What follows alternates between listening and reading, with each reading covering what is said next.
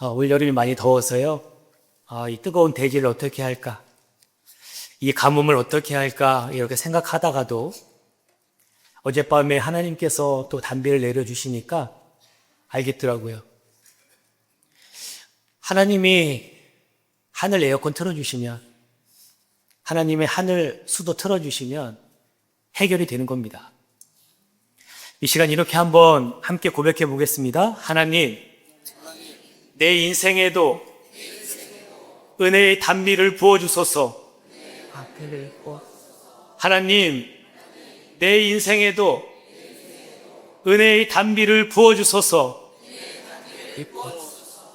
하나님의 은혜의 단비 부어주시면 우리가 가진 모든 어려움도 다 해결될 줄로 믿습니다.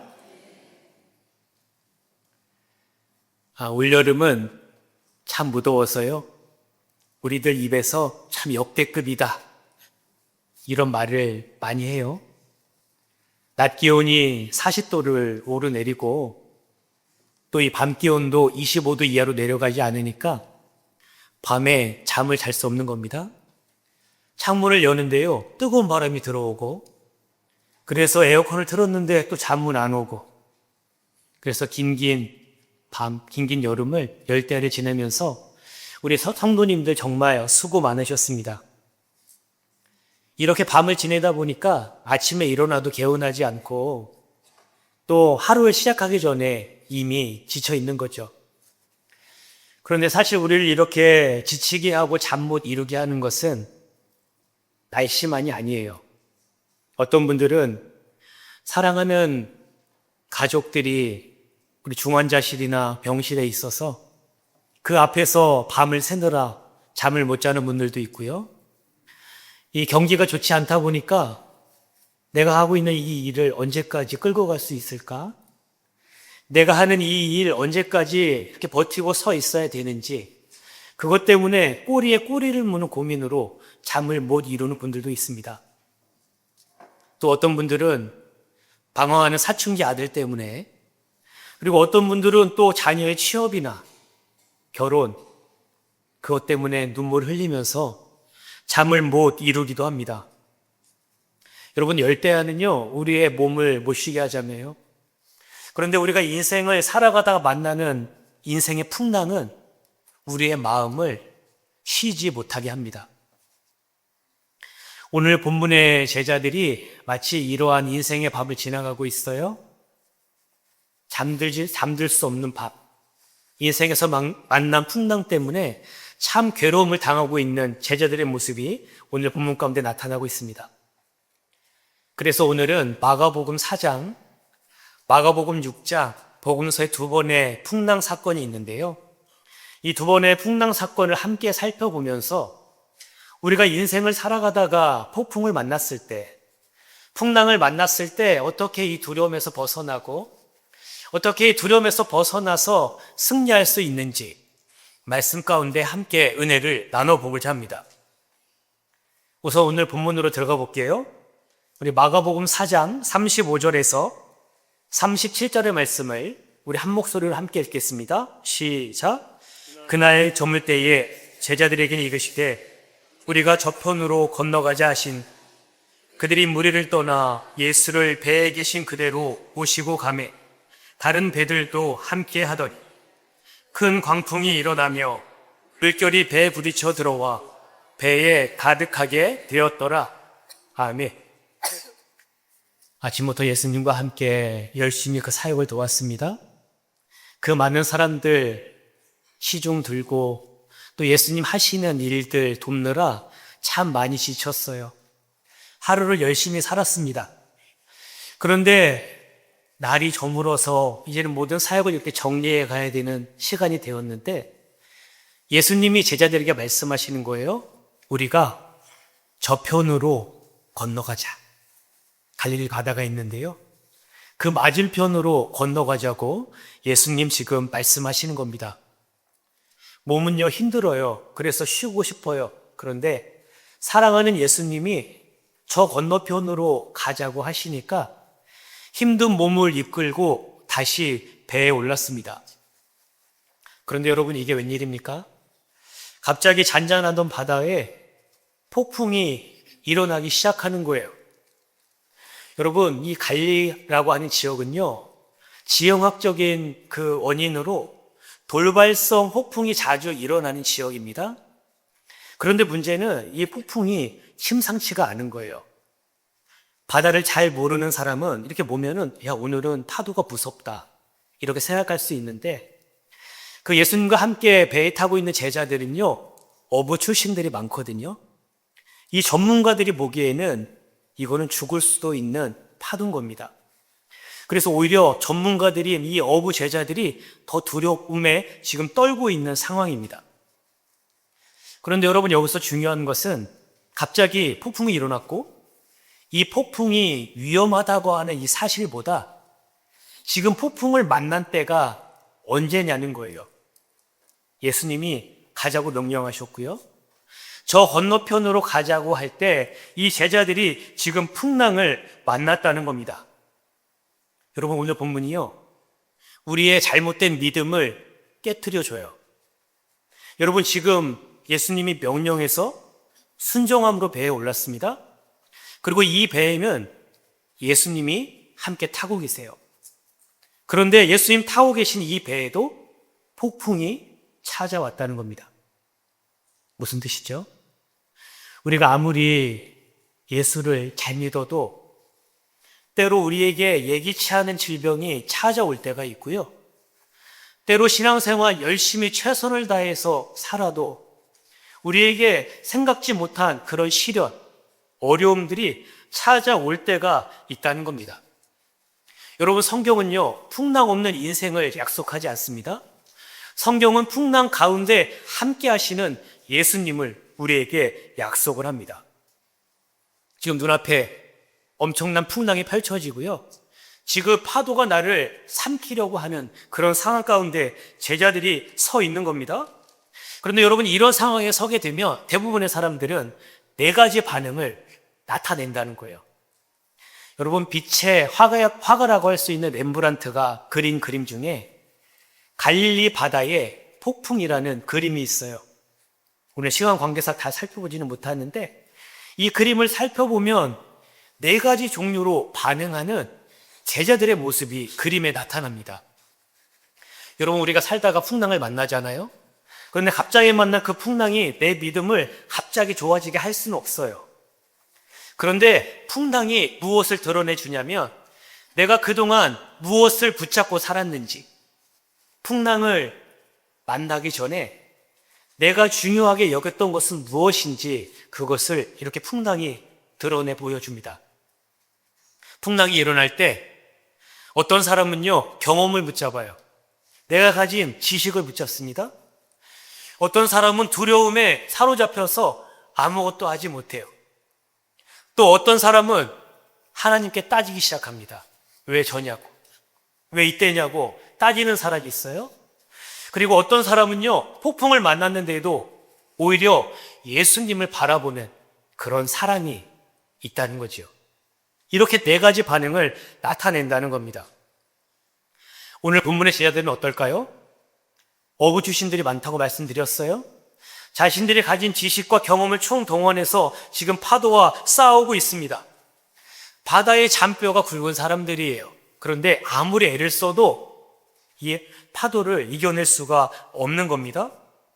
그런데 진짜 화나는 것은, 쉬고 싶은데 얘들아, 저 편으로 건너가자 말씀하신 예수님, 저 배 고물에 누워서 주무시고 계신 거예요. 그게 너무 화가 나는 겁니다. 그래서 성격 급한 제자 하나가 예수님을 흔들어 깨워요. 예수님, 예수님, 제발 일어나세요. 왜 우리는 이렇게 힘이 들고 어려운데 예수님 왜 아무것도 안 하고 지금 주무시고만 계세요? 우리는 이렇게 살려고 발버둥 치고 있는데 예수님 왜 우리를 안 도와주고 잠만 주무시고 계십니까? 예수님을 흔들어 깨웠습니다. 예수님 조용히 일어나시더니 바다를 향해서, 파도를 향해서 이렇게 말씀하십니다. 잠잠하라, 고요하라. 잠잠하라, 고요하라 말씀하신 그 한마디에 그 거칠었던 그 풍랑이 언제 그랬냐는 듯이 잠잠해졌습니다. 그런데 이 사건이 이렇게 마무리가 되는데요. 그 다음에 40절에 보니까 예수님께서 단호하지만 부드럽게 제자들을 책망하십니다. 우리 마가복음 4장 40절을 우리 화면을 보고 우리 세번역 성경으로 한번 읽어보겠습니다. 시작. 예수께서 그들에게 말씀하셨다. 왜들 무서워하느냐? 아직도 믿음이 없느냐? 아멘. 얘들아, 아직도 믿음이 없냐? 너희가 나와 동행할 시간이 얼만데 여전히 아직도 믿음이 없냐고 예수님 책망하십니다. 그런데 이런 책망보다 더 놀라운 것은 41절에 아직도 믿음이 없는 제자들의 반응이 너무 충격적이에요. 우리 41절 말씀, 우리 화면 보고 한 번 더 읽어볼게요. 시작. 그들이 심히 두려워하여 서로 말하되 그가 누구이기에 바람과 바다도 순종하는가 하였더라. 아멘. 예수님의 사역을 돕고 예수님의 말씀을 듣고 누구보다 예수님을 가까이 했던 제자들의 대답이라고 하기에는 초라하기 짝이 없습니다. 그런데 여러분, 저는요, 오늘 이 제자들의 반응이 있잖아요. 이분이 누구기에 바람과 바다가 이렇게 잔잔해지는가? 제자들의 이 반응 때문에 예수님께서 얘들아, 저편으로 건너가자, 이렇게 말씀하셨다고 생각합니다. 오늘 본문의 초점은요, 폭풍을 잠잠케 한 이적의 사건이 아니고 그 모든 것들을 움직여 가시고 잠잠케 하시는 예수님에게 그 초점이 있다는 거예요. 그래서 오늘 본문이 그분이 누구이기에 사실 여기가 오늘 본문의 핵심이라고 말씀드릴 수 있습니다. 사랑하는 성도님들, 첫 번째 풍랑은요, 예수님이 누구신지 알게 하는 풍랑이에요. 이게 첫 번째 풍랑이에요. 누구를 알게 해요? 예수님이 누구신지를 알게 하는 풍랑이 첫 번째 풍랑이었다는 겁니다.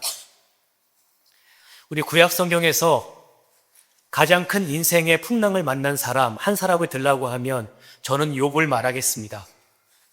하루아침에 10명의 자녀들이 죽음을 맞이하고 자신이 가졌던 모든 재산들이 다 날아가는 그런 상황을 경험했던 사람이 욥이었습니다.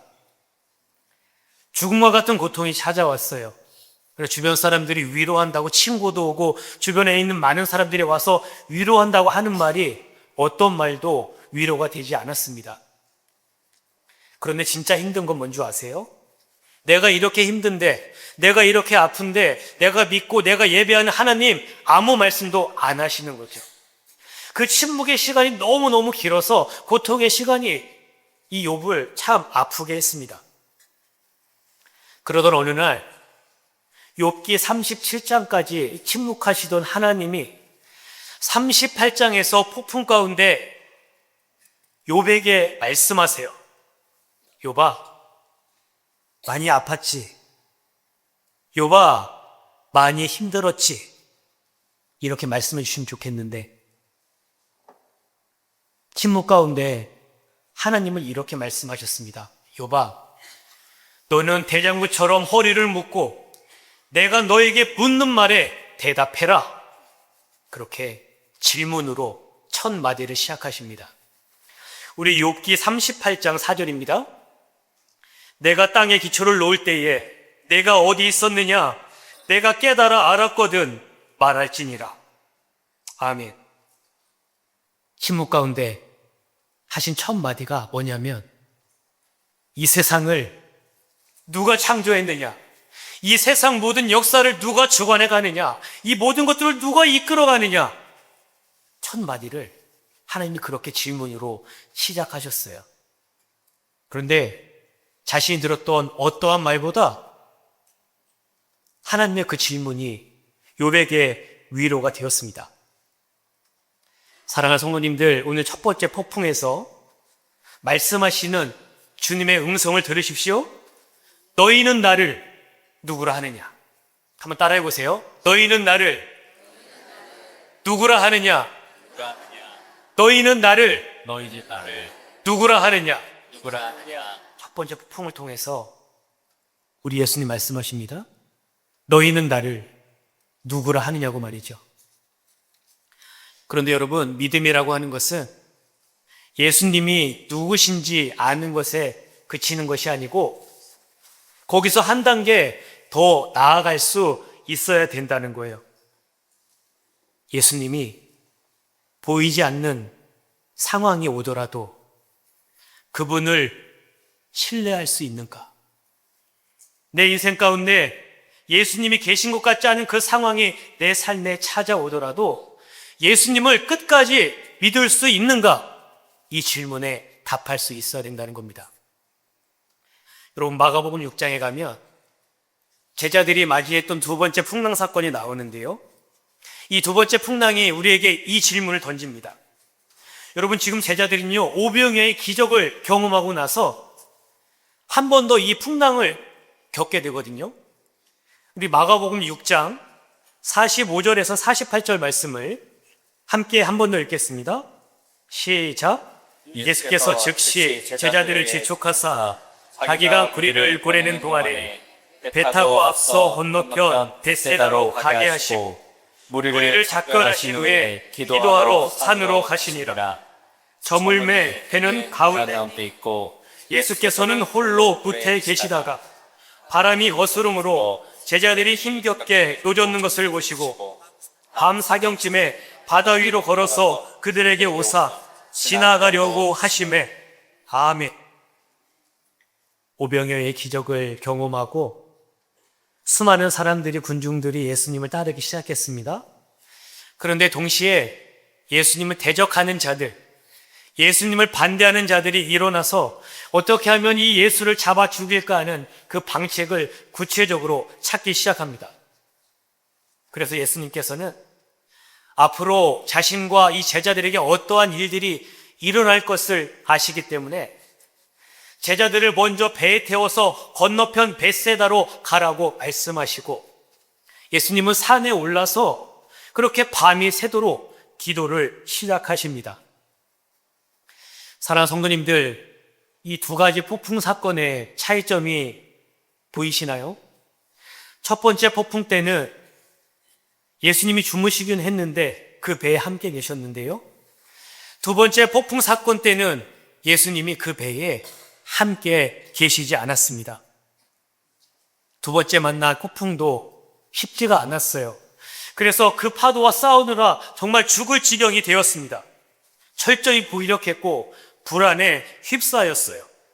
그런데 이렇게 지쳐있는 제자들에게 저 멀리서 한 형상이 이렇게 점점점 다가오고 있는 겁니다. 죽음의 영인가? 이제 죽는 건가? 이렇게 생각하는데 가까이 오면서 얼굴이 희미하게 보이잖아요? 그런데 예수님 얼굴이 보이는 겁니다. 정말 예수님 만나 눈을 비비며 다시 보는데 예수님이세요. 예수님 말씀하십니다. 안심하라. 내니 두려워 말라. 안심하라. 내니 두려워 말라. 그런데 저는 이 번역이요, 좀 약한 것 같아요. 예수님 마음을 담기에는 조금 부족한 것 같습니다. 예수님 마음은 이거예요. 내가 여기 있다. 두려워하지 말아라. 따라해볼까요? 내가 여기 있다. 내가 여기 있다. 두려워하지 말아라. 두려워하지 말아라. 내가 여기 있다. 내가 여기 있다. 두려워하지 말아라. 두려워하지 말아라. 예수님은요, 제자들이 배 타는 그 순간부터 지금 다시 만날 때까지 단 한 번도 그 시선에서 제자들을 놓치신 적이 없어요. 제자들은요, 풍랑 때문에 혼매백산하느냐고 예수님 저기 계셔 기도하고 계시는 모습 보였었는데 그거 다 놓쳤거든요. 그런데 예수님은 지켜보고 계셨다는 거예요. 그 모든 배 타고 가는 모든 상황, 풍랑 가운데 그렇게 애쓰는 그 모든 상황을 예수님께서 지켜보고 계셨다는 겁니다. 여러분, 내 눈에서 예수님 보이지 않는다고 예수님 눈에 내가 보이지 않는 게 아니라는 거예요. 예수님께서 지금 나를 계속해서 주목하고 지켜보고 계시는 줄로 믿습니다. 예수님이 배에 오르시니 언제 그랬냐는 듯이 폭풍이 잠잠해졌습니다. 오늘 마가복음 6장을 지금 읽었는데 이 마가복음 6장과 똑같은 내용을 담고 있는 게 마태복음 14장이에요. 이걸 평행 본문이라고 합니다. 근데 마태복음 14장 33절에 가니까 이 오늘 본문의 결론이 이렇게 돼 있어요. 우리 14장 33절 같이 한 목소리 읽겠습니다. 시작. 배에 있는 사람들이 예수께 절하며 이르되 진실로 하나님의 아들이로소이다. 아멘. 사랑하는 성도님들, 오늘 우리는 두 가지 풍랑 사건을 마주했어요. 4장에서 그리고 6장에서. 그런데 이거는 따로 떨어져 있는 사건이 아니라 어떻게 보면 하나의 사건이라는 거예요. 첫 번째 풍랑을 지나면서 예수님에 대한 이해가 새로워졌고, 두 번째 풍랑을 겪으면서 예수님에 대한 이해가 깊어지고 있는 겁니다. 첫 번째 풍랑 때 제자들이 뭐라고 고백했나요? 도대체 이분이 누구기에 바람과 바다도 순종하는가? 그렇게 아주 비참한 고백을 했던, 아주 초라한 고백을 했던 제자들이 두 번째 풍랑을 겪고 나서는 어떻게 고백합니까? 진실로 하나님의 아들이었다고. 여러분, 이 제자들의 변화를 보실 수 있어야 합니다. 우리도 살다 보면 예수님이 나와 함께 하심이 느껴지지 않는 시간이 찾아올 때가 있습니다. 아무리 기도해도 응답이 없고요, 그냥 고통이 끝나지 않고 계속 될 때가 우리에게 온다는 거예요. 어제 설교 준비를 하고 있는데 집사님 한 분이 전화를 하셨어요. 집사님 남편분 지난 2월 달에 주무시다가 혈관이 막혀서 대학병원 가서 시술하고 또 수술하고 또 안 좋아져서 또 수술하고 여러 번 반복했다가 좋아지셨거든요.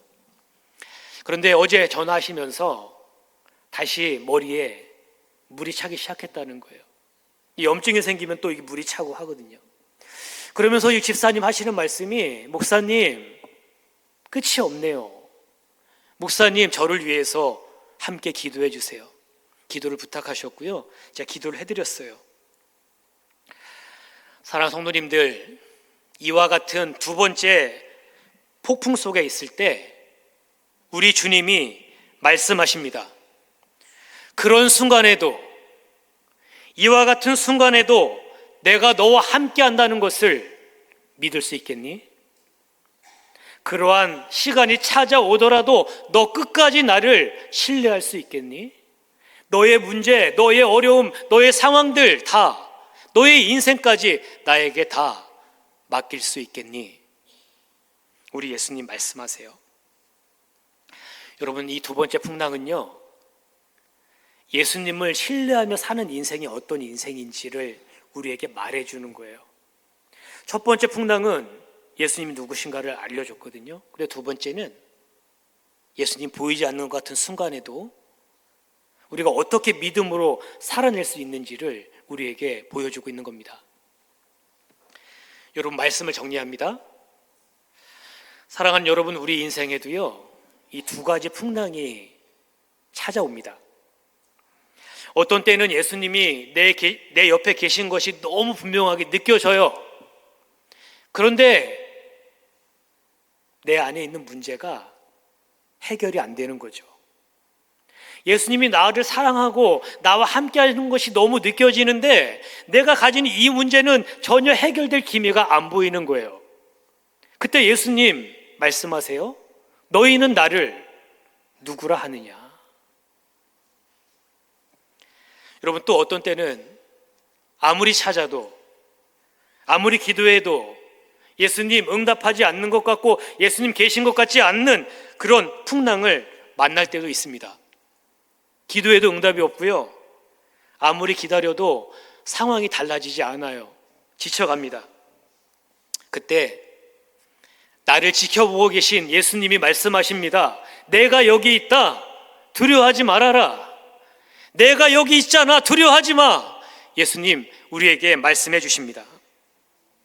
여러분, 이게 믿음이라는 거예요. 예수님이 함께 계시는 것 같을 때만 믿는 게 믿음이 아니고, 때로 예수님이 계시지 않은 것 같은 상황을 만나도 그때도 주님, 내가 끝까지 하나님을 신뢰하고 내가 끝까지 하나님을 사랑합니다, 그렇게 고백하며 나아가는 게 믿음이라는 겁니다. 하나님 다 이해되지 않습니다. 그러나 하나님 하신 일은 언제나 옳습니다. 하나님 다 이것이 이 이유들이 제게 설명은 안 되는데 그래도 저는 하나님을 신뢰합니다. 저는 하나님을 끝까지 붙잡겠습니다. 여러분, 이것이 믿음이라는 겁니다. 예수님은요, 우리가 풍랑을 지나면서 예수님께 더 가까이 가기를 원하세요. 오늘 할렐루야 찬양 때 찬양했던 것처럼 늘 찬송하면서 주님께 더 가까이 가기를 우리 주님이 원하신다는 겁니다. 여러분, 풍랑을 지나는 우리의 질문이 바뀌어야 돼요. 예수님, 왜 저에게 이런 풍랑을 주셨어요? 예수님, 이 풍랑 언제까지 계속되나요? 이렇게 묻는 게 아니고, 예수님, 이 풍랑을 통해서 제가 주님을 어떻게 더 알아갈 수 있을까요? 제가 이 풍랑 가운데 주님을 어떻게 더 만날 수 있을까요? 예수님, 제가 이 풍랑을 지나가면서 예수님이 우리를 인도해 가시는 그 목적지가 어디인지 제가 어떻게 하면 그것을 알아볼 수 있을까요? 여러분, 우리의 기도, 우리의 질문이 이렇게 바뀌어야 될 줄로 믿습니다. 오늘 3부 예배 나와서 예배하는 성도님들, 여러분의 인생에는 어떤 풍랑이 찾아왔습니까? 나를 두렵게 하는 풍랑이 아니라 주님을 바라보십시오. 내 상황, 내 문제, 내가 처한 이 좁은 이것이 아니라 나를 인도해서 가고자 하시는 저 목적지, 저편으로 건너가자고 하신 그 목적지, 여러분, 그곳을 믿음의 눈을 열어서 바라볼 수 있기를 주님의 이름으로 축복합니다. 풍랑을 만날 때 그 모든 것을 가지고 주님 앞에 마주 앉아 서는 겁니다. 그리고 그분을 신뢰하면서 믿음으로 걸어가는 거예요. 그럴 때 주님 주시는 평안함 가운데 주님께서 우리를 인도해 가고자 하시는 그 소망의 항구로 저와 여러분들을 그렇게 인도해 가실 줄로 믿습니다. 끝까지 그 주님 붙잡고 믿음으로 승리하는 우리 광석의 모든 성도님들 되시기를 주님의 이름으로 축복합니다. 지금은 엘리야 때처럼 주 말씀이 선포되고 또 주의 종 모세의 때와 같이